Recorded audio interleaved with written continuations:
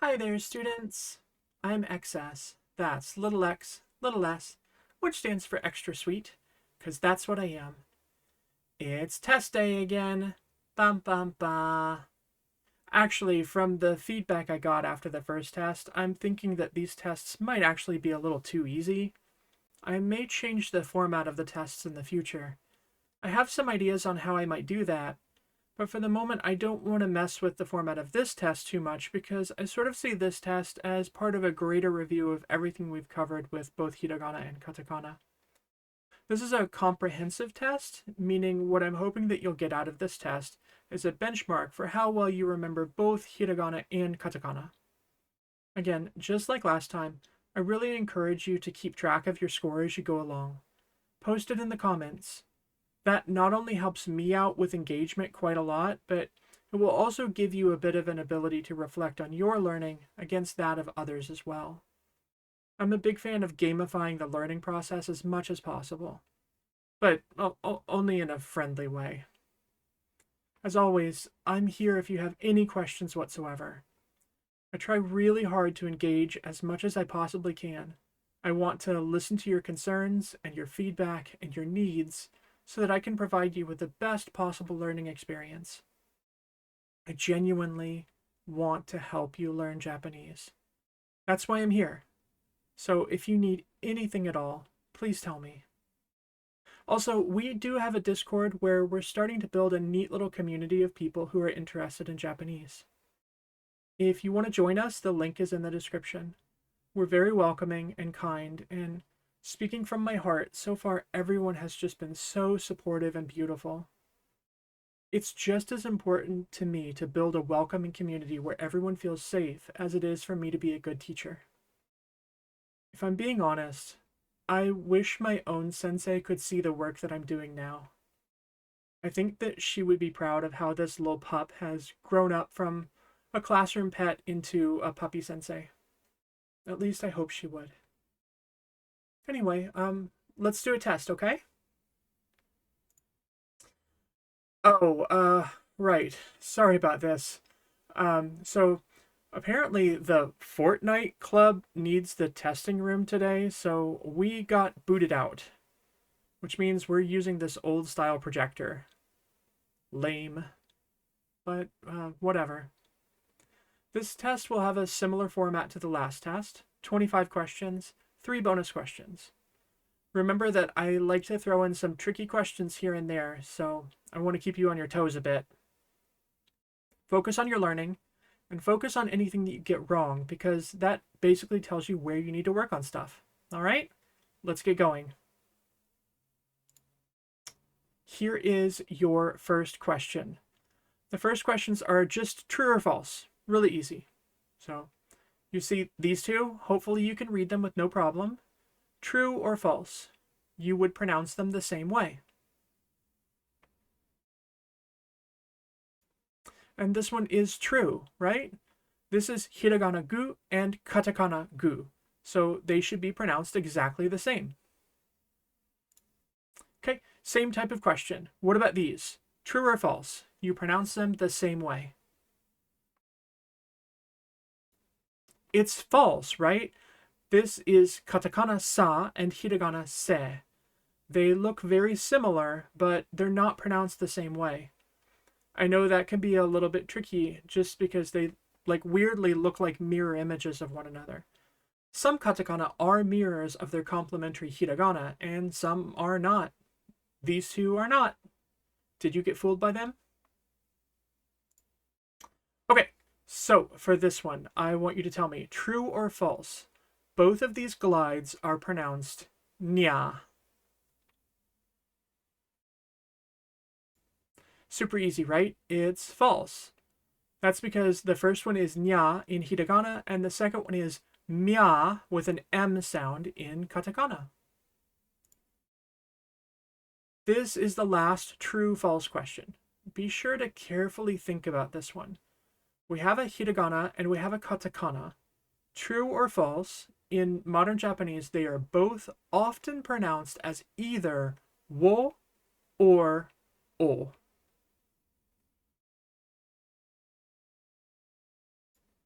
the answer should be false. But it's sort of a trick question.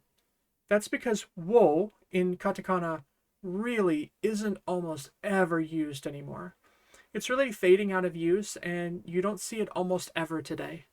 Wo in hiragana will appear as a particle, but when it does, it's always going to be pronounced o. Basically, it's like this, right? Wo or o in hiragana is really only used in sentences like mizu o nomu, I drank water. It's always going to be o in that case, so there's really no need to try to force any kind of W sound here. Wo in katakana, not used. I mean, maybe in some very rare cases, but usually not at all. O in hiragana will be used in a lot of words. For example, aoi, which means blue, aoi. And the same thing with o in katakana. It's used in words like otaku, otaku. By the way, why is otaku written in katakana when it's clearly a Japanese word? Basically, that's because it's slang. There's a whole story that I could get into about the word otaku, but I'll avoid getting off track right in the middle of the test. Although, what I can't... all right. Thank you, Manager Sama. We'll just move along. All right, so this next question, what I want you to tell me is what sound this makes. Is it you, wa, vu, or u? It's u, but yes, it's also true that if you add dakuten to this character, you can make the V sound in Japanese. It's actually the only way that you can make it, because it's not a native sound at all. What about this one? How do you pronounce it? Is it bia, pia, bio, or pyo? Well, we know that it can't be any of the P sounds because that would be the small circle or the handakuten. So it must be bio. Did you remember that the backward E looking guy was yo? Okay, number 7. Which of these is pronounced ru? It's B, right? A would be ra and ri. B is ru and ru. C is ro and ru. And D is ru and she. Okay, another one like this. Which one of these is going to be pronounced like ma?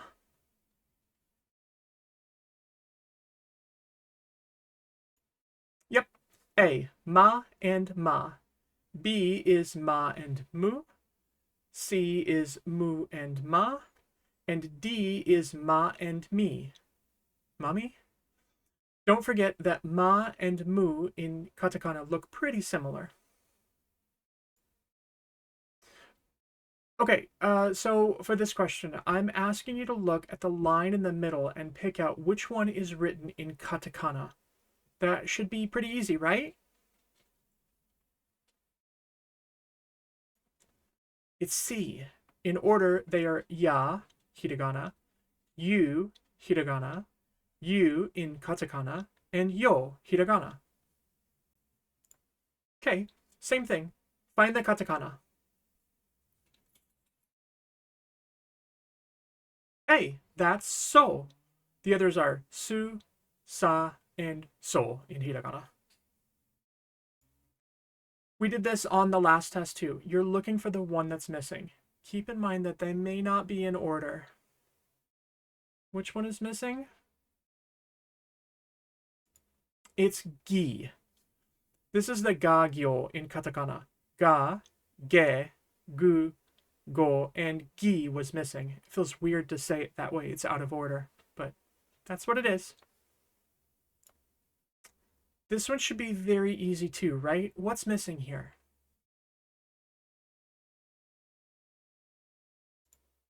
Of course, it's o.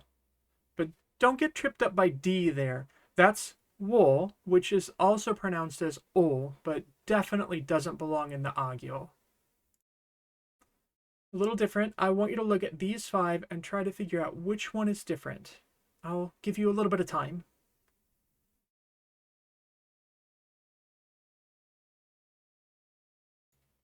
The odd one out was A, na. That's because everything else up there was hiragana. Only na is in katakana. Same type of question, but a little trickier. Which one of these doesn't belong?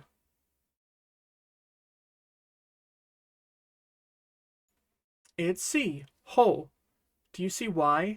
The line in the middle reads ra, da, ka, ho, and sa. So they all end in ah sounds except for ho. Always a ho, gotta be different. Okay, this question might make you think a little bit. You're going to have to try to remember the hiragana and katakana pagyo.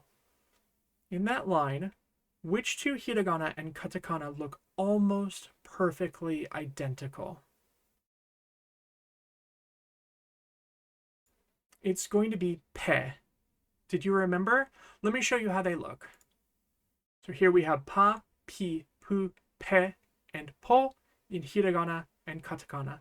See what I mean? They're almost exactly the same. All right, question 16. We're cruising through this. In this line, what's missing? You can write it out if you have a pencil handy, or you can just shout the answer and try to remember how it looks. So it was ne that was missing, and this is how it looks. This line, of course, is na, ni, nu, ne, no, in hiragana, obviously.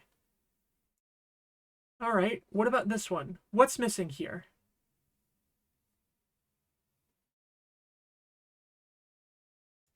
Ri. Ri is another one that looks pretty similar between hiragana and katakana. Okay, so there are actually 2 missing here. Can you remember them and or how to write them both?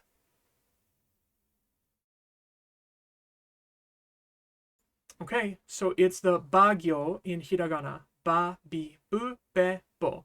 So the 2 that were missing were ba and bo. Last one like this. What's the missing sound? And maybe how do you write it if you're feeling brave? Te. Do you remember me saying that you see this katakana on post offices in Japan? This question is just to see if you've been paying attention.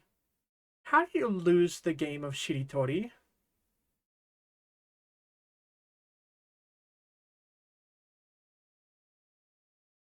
So when you play shiritori, or butt grab, you start each word with the last syllable of the previous word.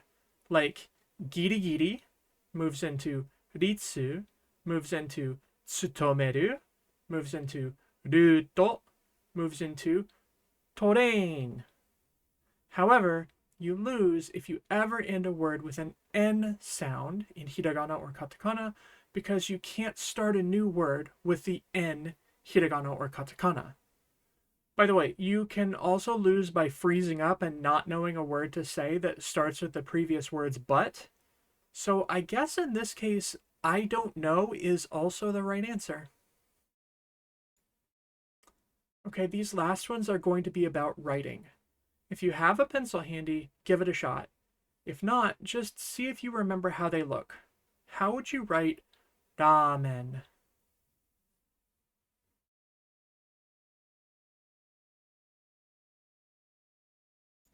There you go, ramen. Ramen actually means Chinese noodle because ramen were invented in China but are weirdly far more popular in Japan. How about pera pera? It's an onomatopoeia. How would you write it in katakana?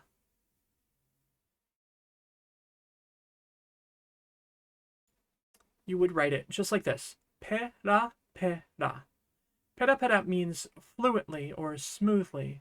So when you learn a lot of Japanese, you can say Nihongo ga pera pera desu. Your Japanese is fluent. Just 3 left. For this one, I'm asking you to think about how you might write the word banana in katakana. Try to use all the tricks that I've taught you so far. You can do it.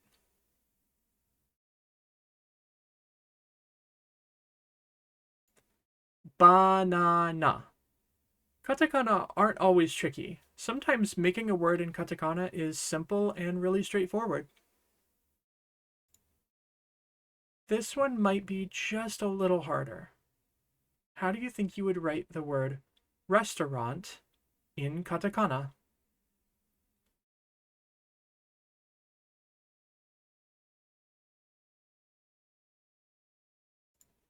Restaurant. Restaurant. Not tricky, again, just a bit of a long word.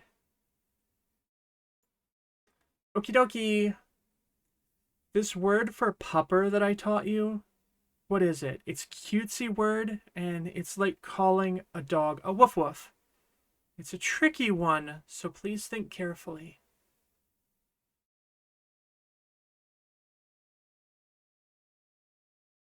All right, here it is.